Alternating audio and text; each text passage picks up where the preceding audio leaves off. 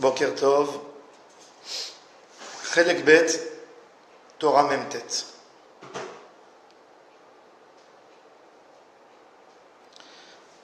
Souvent, quand on veut faire tchouva ou quand on veut se rapprocher à Hachem, il y a notre passé qui nous embête beaucoup. On se pose des questions et on se dit, est-ce que Hachem vraiment est prêt à pardonner à l'homme? Et souvent la personne se dit, avec mon passé, je ne pourrai jamais être proche d'Hachem comme les tzadikim. Et Rabbeinu lui dit que c'est une erreur. Parce qu'en effet, même la plus petite pensée, elle aurait pu amener un malheur pour l'homme. Puisque la plus petite réflexion contre Hachem, contre la volonté d'Hachem, aurait pu entraîner une souffrance et une punition pour l'homme. Mais Akadosh Baruch Hu, il est plein de miséricorde pour l'homme, plein de rachamim et de chesed, et il ne récompense pas l'homme par rapport à ses mauvaises pensées. Comme il dit Rabbeinu, il dit les figatot Hashem itbarach, Chelek Bet, la deuxième partie. Tourne les pages. Deuxième partie, oui, Torah Memtet. Les figatot Hashem itbarach, ve'otzem romemuto. Après la dimension et la grandeur d'Akadosh Baruch Hu, sa gloire, même avec un petit geste qui aurait été contre Hachem, ça aurait pu entraîner un malheur sur l'homme. Mais Akadosh Baruch Hu est plein de miséricorde. Il est miséricordieux. Comme il dit Rabbi Moshe Cordoviro, le Ramak, l'auteur du livre Tomer Dvorah, il explique, il dit, quand j'arrive à bouger mon doigt, j'arrive à le bouger, c'est une énergie qu'Akadosh Baruch Hu me donne pour pouvoir faire bouger mon doigt. Il dit donc, si avec ce doigt, Chas v'Shalom, j'ai pas envie de faire la volonté d'Akadosh Baruch Hu, le doigt aurait dû être paralysé. Comme on a vu que Yeroboam ben Nevat, quand il a levé sa main sur le prophète, qu'est-ce qui s'est passé avec sa main? Elle a séché, comme si était devenu une statue.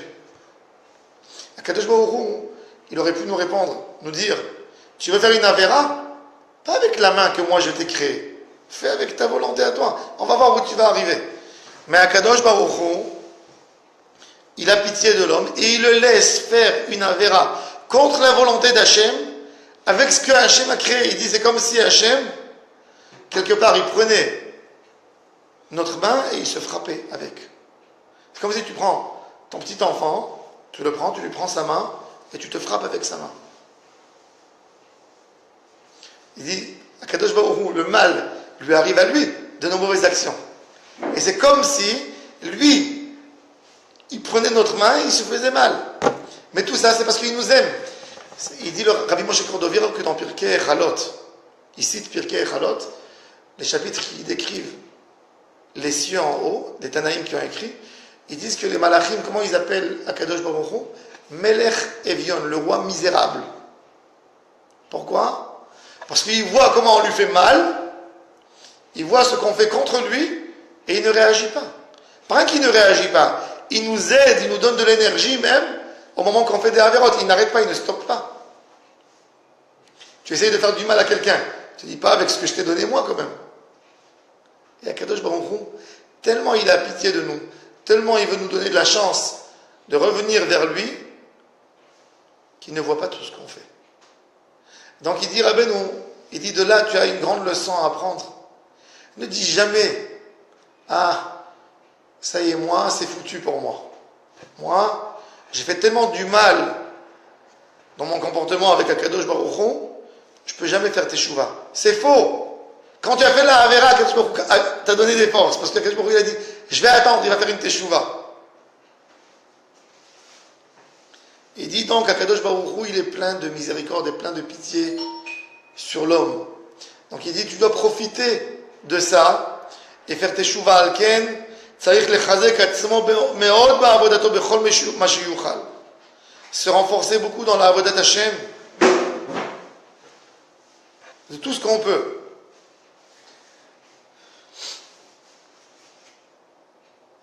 Même si je suis comme je suis dans l'endroit le plus éloigné par mes erreurs, par mes fautes, je dois rester collé à Hachem. Je dois compter sur la miséricorde d'Akadosh Baruch Hu pour me rapprocher vers lui. Akadosh Baruch Hu, qu'est-ce qu'il s'attend de moi? Qu'est-ce qu'il s'attend? Que je fasse une bonne action, une mitzvah, une parole de Torah, un chesed. Ça vaut le coup. 90 ans de vie pour dire un mot de Torah, ça vaut le coup. Akadosh Baruch Hu, il est patient avec nous tous. Le Midrash raconte Avraham Avinu, quand il avait sa tente, il a monté une tente dans le désert et il y avait 4 portes pour rentrer. Et les gens venaient, et Avraham Avinu disait, allez, Tfaddal, rentre, mange. La personne, il mange, il demande à Avraham Avinu l'addition, combien je te dois? Tu me dois rien du tout. Qu'est-ce que ça veut dire, je te dois rien du tout? J'ai mangé, je dois rien du tout? Non, tu dois rien du tout. Tu veux remercier quelqu'un? Remercie Akadosh Baruch Hu, qui m'a donné les moyens de te nourrir. Et les gens s'intéressaient, qui est Akadosh Baruch Hu? Avraham Avinu leur explique, et en fin de compte, tout le monde fait Baruch Ata Hashem Eloheinu melech haolam. Un jour, il y a un vieillard, il a 90 ans. Il vient chez Avraham Avinu, il mange, il boit. À la fin, il dit à Avraham, alors Avraham, je dois te payer. Il dit, non, c'est pas à moi, c'est à Hachem que tu dois remercier. Il dit, je m'excuse. Moi, le plat, c'est toi qui me l'as servi. Ta femme, c'est elle qui a préparé le pain. Je peux comprendre, je peux la remercier. Je ne remercie pas quelqu'un que je ne vois pas. Ne me raconte pas des histoires. Tu veux, je te paye, tu veux pas, je m'en vais. Et Abraham, dans la discussion, il s'est énervé. Il lui a dit, va-t'en d'ici. Et le vieux a été vexé, il sort. Il se trempe dans le désert. Et Akadosh Baruch Hu, il appelle Abraham, il dit, Abraham, 90 ans, j'attends ce monsieur. 90 ans. Toi, tu n'as pas de patience pour lui? Toi, tu n'as pas de patience pour cet homme? Et Abraham Avinu. Et Abraham Avinu, qu'est-ce qu'il fait? Il va chercher le vieux. Il le ramène chez lui à la maison, il dit, Mechila, pardonne-moi que je me suis comporté avec toi, je n'avais pas de patience pour toi. Akadosh Baruch Hu, il a de la patience pour n'importe quelle personne du monde, dans n'importe quelle situation. Retourne chez moi. Il rentre chez lui et après 2 jours, Abraham Avinu lui a expliqué c'est quoi Akadosh Baruch Hu. Et après 2 jours, ce vieillard qui commence à remercier Hachem. Hachem, il attend. Si on est vivant, c'est-à-dire que Hachem, il a espoir. Tant qu'on est vivant, n'importe quelle personne, il est loin. S'il est là, c'est-à-dire que Kadosh Baruch Hu a espoir encore. Donc il dit, Rabbeinu, ne pas perdre l'espoir de nous-mêmes.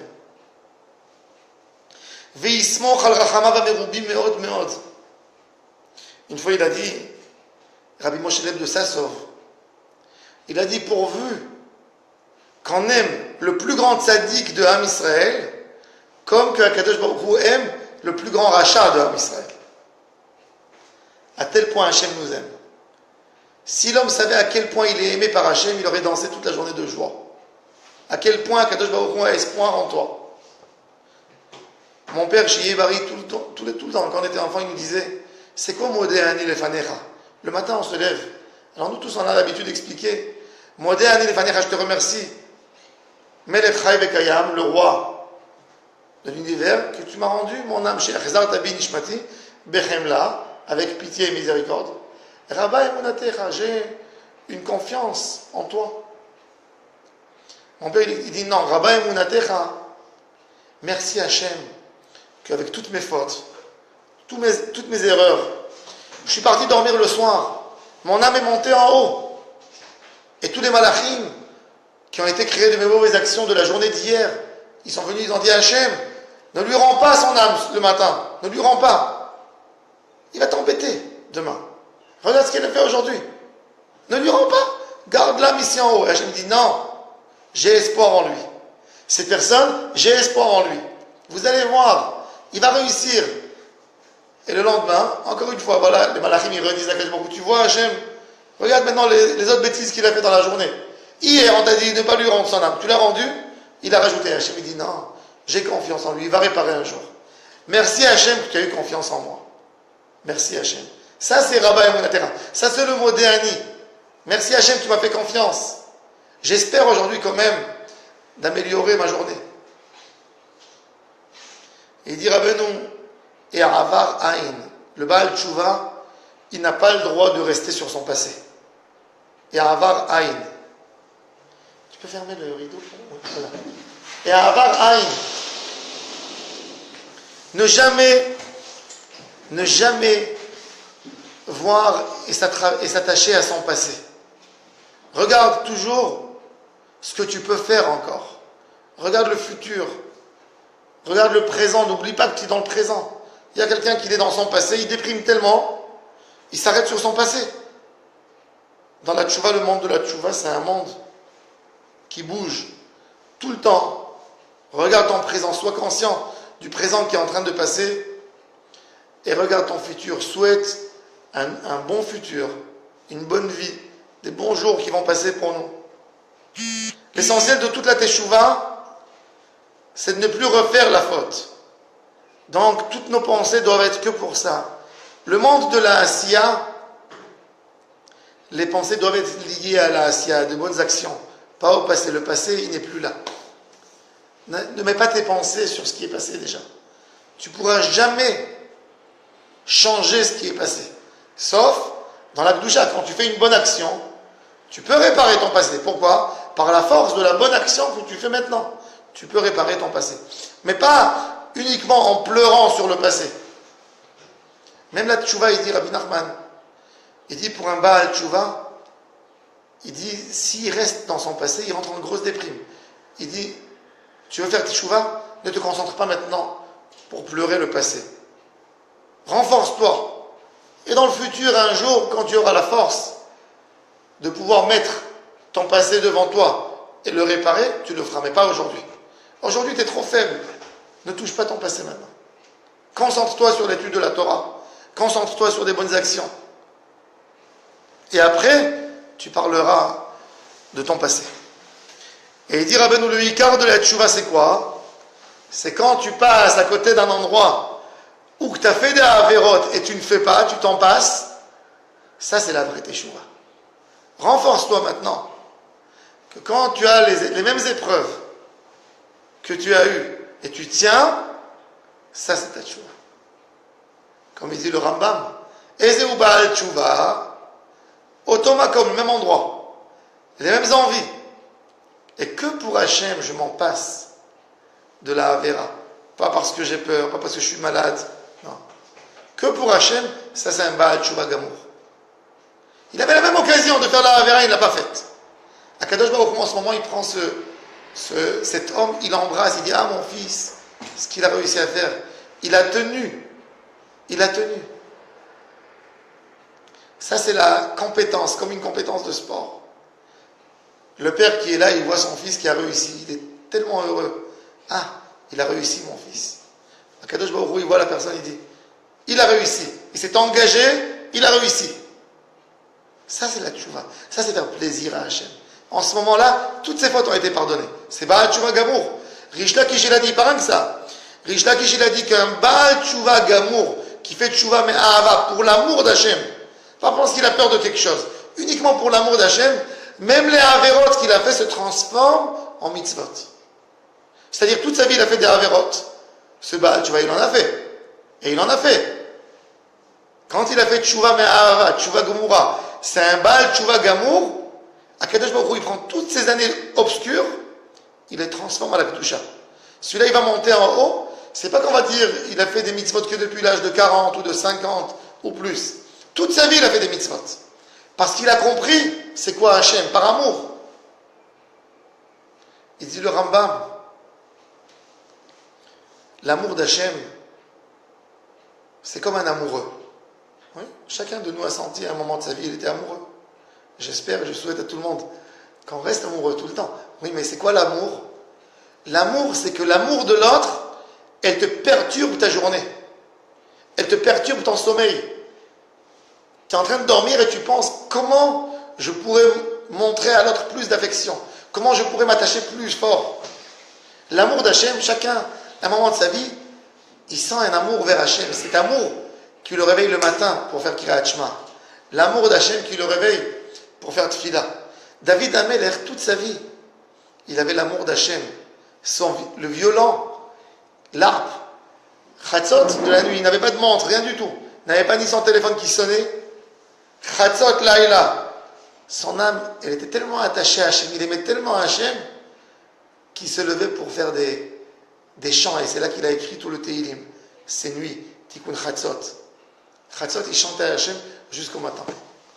David Amelech, il a eu des erreurs graves. Mais cette force d'amour, elle lui a tout pardonné. C'est le 4e pied du trône, David Amelech. David Amelech, c'est l'image du Baal Teshuvah. C'est l'image de celui qu'on a dit que même pour les fautes les plus graves, quand on dit la personne, il est détaché complètement d'Hachem, voilà, il a réussi, il s'est attaché quand même. Il dit, Rabbeinu, des fois la personne, il se dit, il s'énerve sur soi. Il dit, j'ai des mauvaises pensées. J'ai des mauvaises pensées. Il a honte de lui-même. Comment ça se fait que j'ai envie de faire telle chose?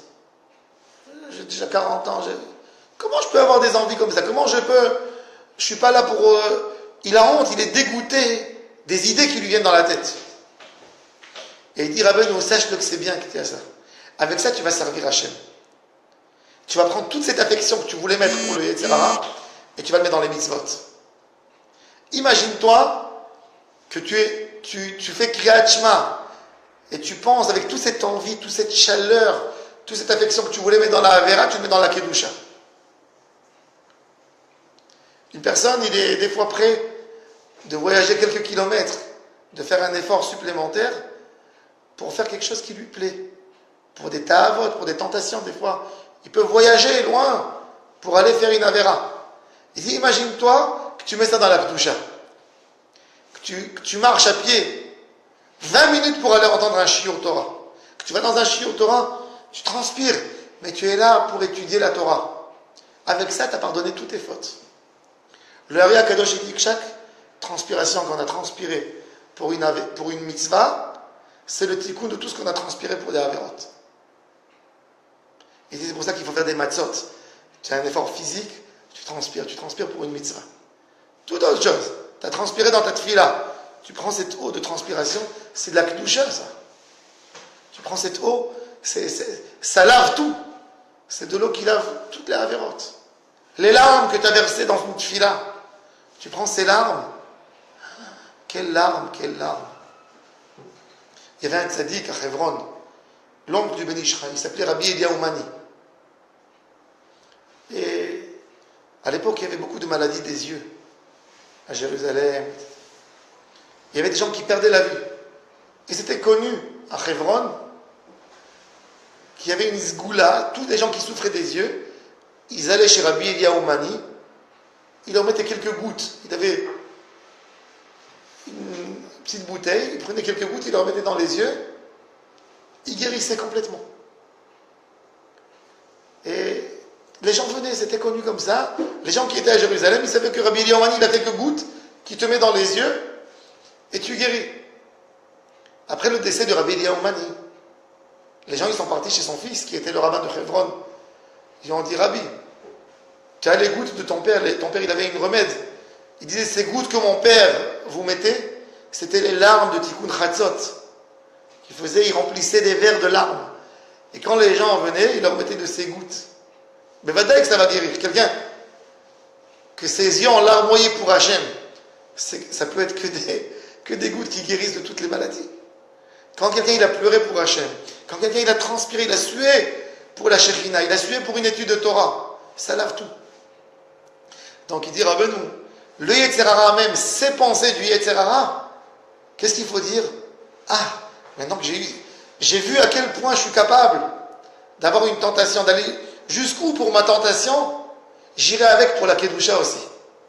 Et là, tu as pris en fait la force de la Touma et tu l'as transférée à la Kedusha et tu as réparé toutes les tentations que tu avais, même de la Touma. Ça, c'est la force de Tchouva. Donc, quelque part, même le mal, il nous sert pour apprendre comment on peut arriver pour le bien. Quelqu'un, il a une Torah, quand il étudie la Torah, il étudie la Torah sans aucune envie. Mais quand il voit un film, tu peux même pas lui parler.